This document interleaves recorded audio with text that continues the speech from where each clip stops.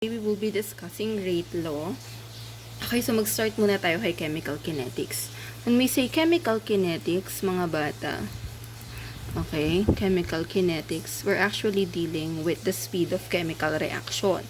Okay, so this one is the branch of chemistry that deals with the rate. Okay, how fast ba mangyayari yung mga chemical reactions natin? Kasi 'di ba, may mga chemical reaction tayo na mangyayari or nangyayari, in a short span of time. After ilang minuto, tapos na yung reaction, may product na tayo. Now, there are some chemical reactions naman na nangyayari within mga years, centuries, so on and so forth. So, that one is chemical kinetics. So, today we will be discussing rate law. Okay, to calculate for us the rate, syempre kung gaano kabilis ba yung speed ng chemical reaction natin. So, we will be needing two things. Okay? The rate is actually equals to the change in concentration,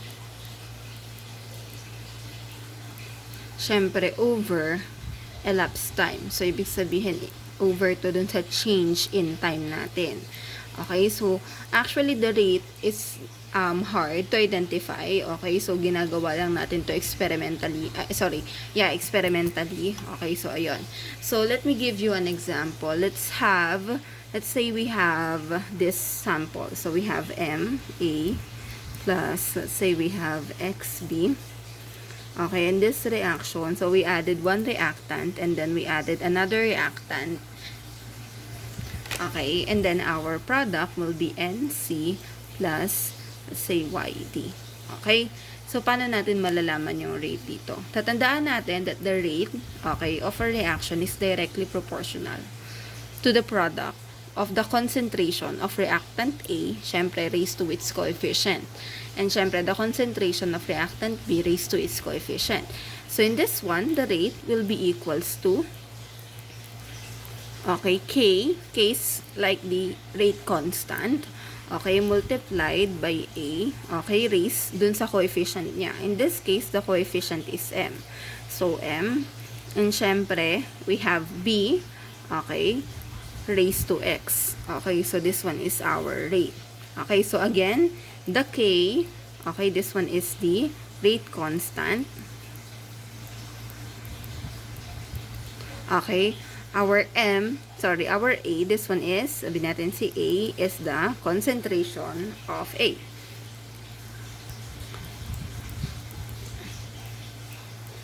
Of reactant A. We have M. Okay, yung M natin, this one is the coefficient of A. And then we have B. So B, syempre, this one is the concentration of reactant B. Reactant to mga bata. Okay, haba lang isulat. And then we have X. Okay, so yung X natin, this one is the coefficient of, we have here B. Okay, so ito yung rate law. Okay, so let's try another example. So let's say I have here hydrogen gas. Okay, and our hydrogen gas actually reacted with bromine, which is also gas, okay, to produce 2 mole of hydrobromic acid.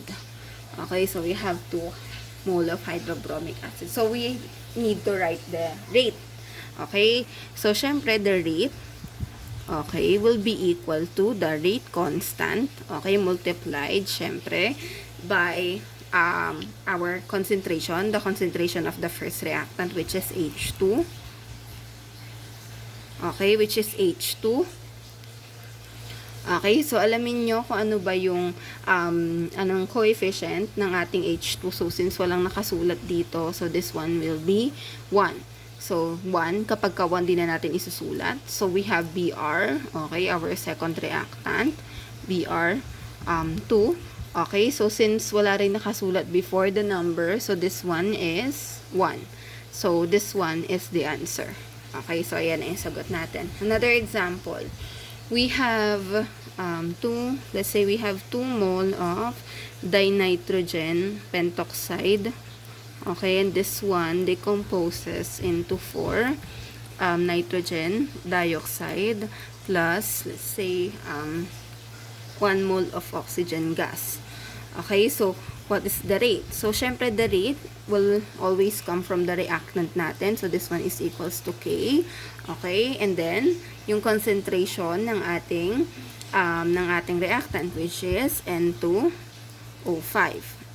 Okay? And syempre, multiplied by its coefficient. The coefficient is 2. So, this one will become 2. Okay? So, this one is the answer. Okay, last example. Let's say we have the combustion of methane. So, we have CH4. Yeah.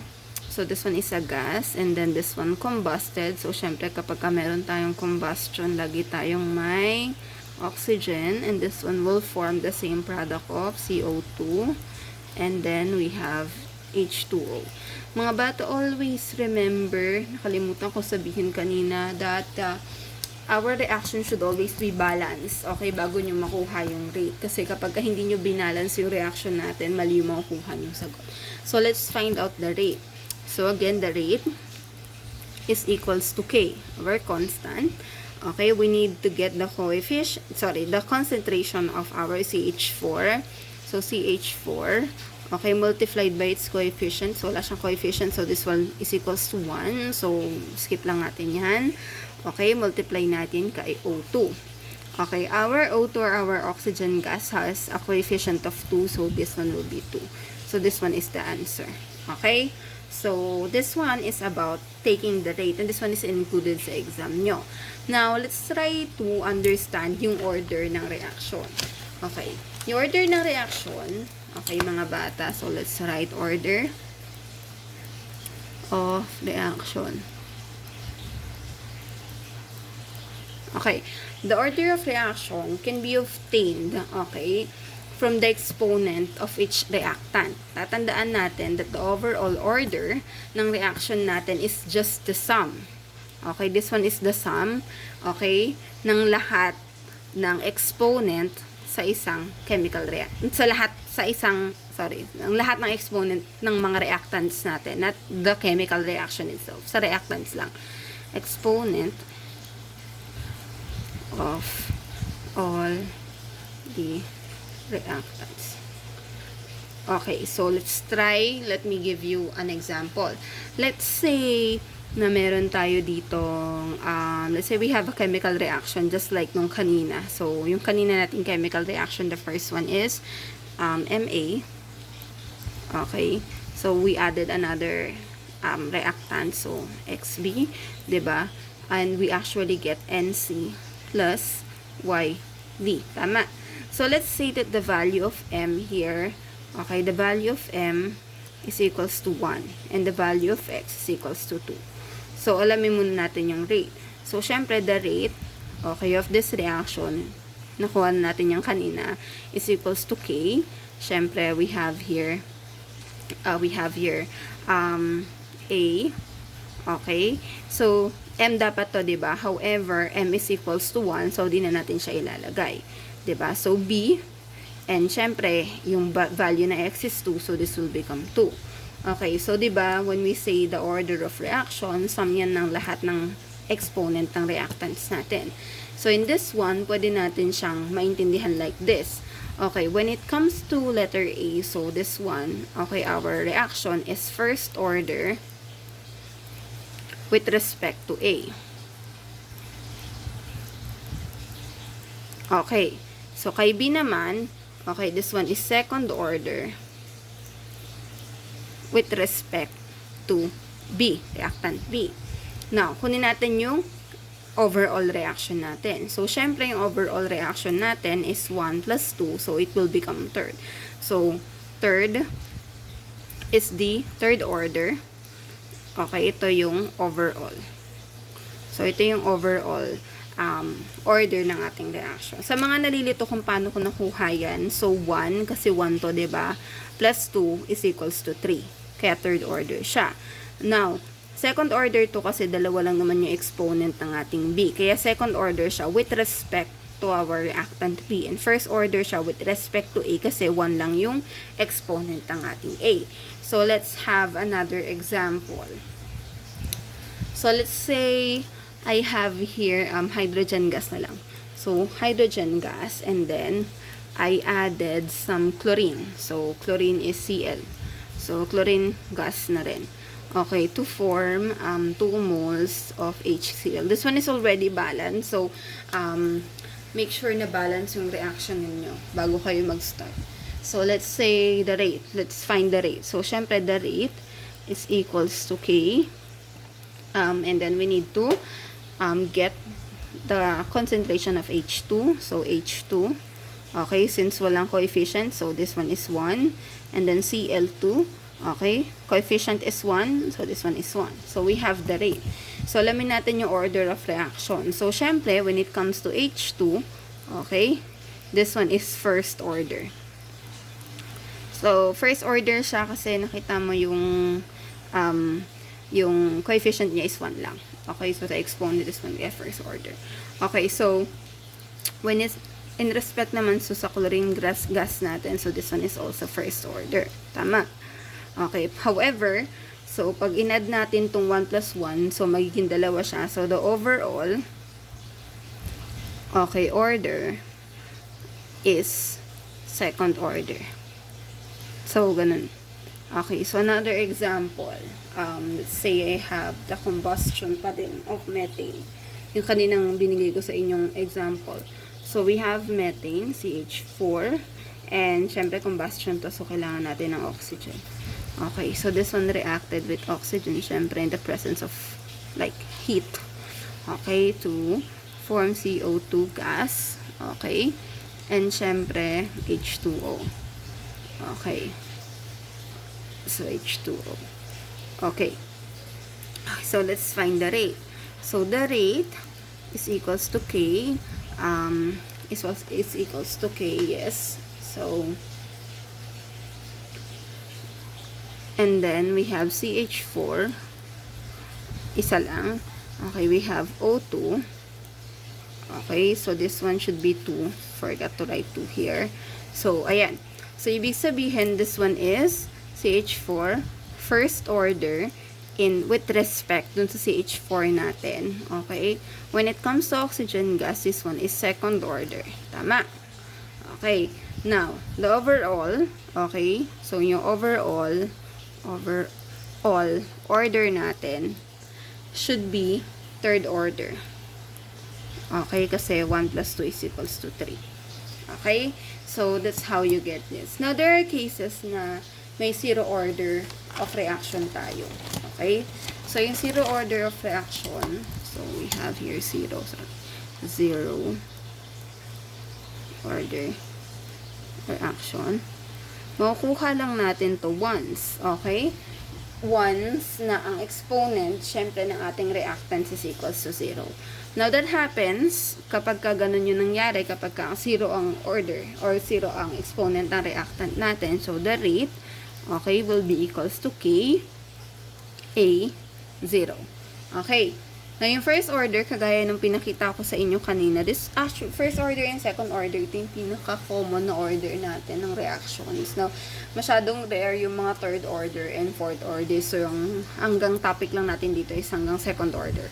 Okay, so, second order. So, sorry, first order reaction. So, mangyayari naman yung first order, kagaya nung kanina, once, okay, if the sum of the exponents natin is equal to 1. So, ang rate natin dito in general will be equals to K, syempre A. So, 1. So, di natin susulat. Most of the time, usually makukuha natin to kapag may decomposition reaction tayo. So, bibigyan ko kayo ng example mamaya. Okay, now, kapag meron naman tayong second order, kagaya nung kanina, okay, so, syempre,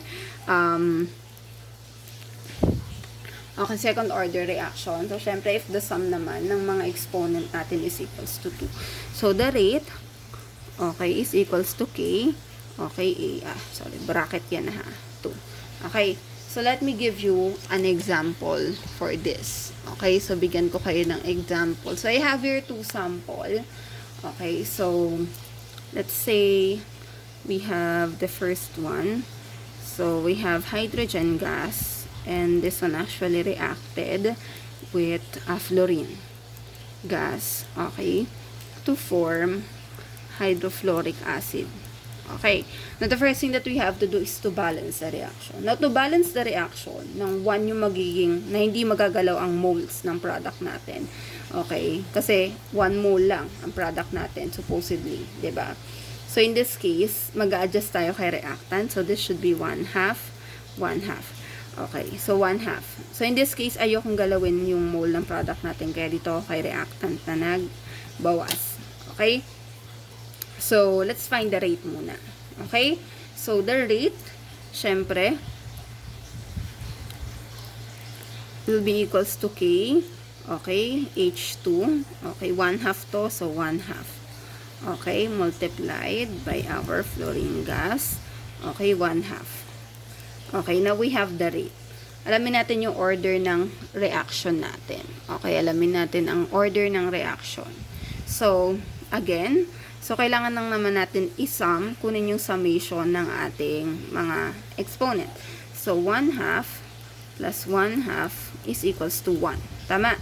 So, we can conclude na dito sa ating sample problem, 1 or this one is first order reaction. Okay. Another example na hindi 1 yung ating ang ating product. So, let's say I have here hydrogen peroxide.